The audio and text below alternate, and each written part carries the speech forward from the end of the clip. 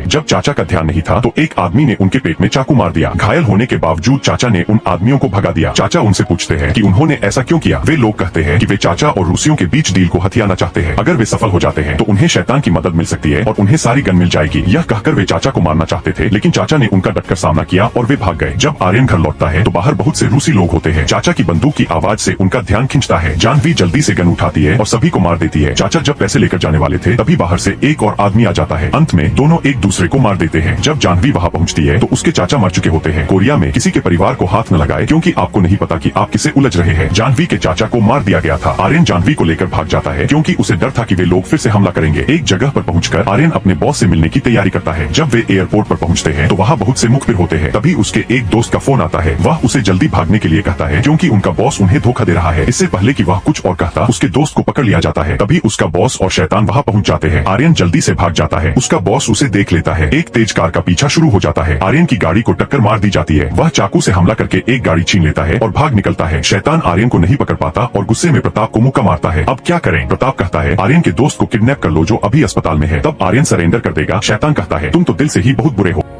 उसी समय आर्यन घर लौटता है, लेकिन जानवी वहां नहीं थी। उसके पड़ोसी उसे बताते हैं कि जानवी चाचा की लाश लाने के लिए फार्म हाउस गई है। जानवी फार्म हाउस पहुंचती है, लेकिन लाश वहां नहीं थी और शैतान ने उसे किडनैप कर लिया था। आर्यन को शैतान का फोन आता है। वह उसे फार्म हाउस आने के लिए कहता है और बदले में वह जानवी और उसके दोस्त को छोड़ देगा। वह उसे एक राज भी बताएगा। जब आर्यन फार्म हाउस पहुंचता है तो बाहर के लोग उसे मारते हैं। आर्यन को अंदर ले जाया जाता है। शैतान अस्पताल को फोन करके आर्यन के दोस्त को छोड़ने के लिए कहता है, लेकिन आर्यन के दोस्त को प्रताप के आदमियों ने पहले ही मार दिया था। इससे शैतान बहुत गुस्सा हो जाता है और वह आर्यन को मारना चाहता है, लेकिन वह सोचता है कि पुलिस को क्या जवाब देगा, इसलिए वह उसे छोड़ देता है। प्रताप ने आर्यन और उसके दोस्त को इसलिए मारा क्योंकि उसे डर था कि वे उससे बदला लेंगे। आर्यन गुस्से में प्रताप से लड़ता है। शैतान प्रताप को एक चाकू देता है। आखिरकार आर्यन मारा जाता है। प्रताप जानवी को भी मारना चाहता था, लेकिन शैतान उसे रोक देता है। वह कहता है कि जानवी को एक बीमारी है और वह वैसे भी ज्यादा दिन नहीं जिएगी।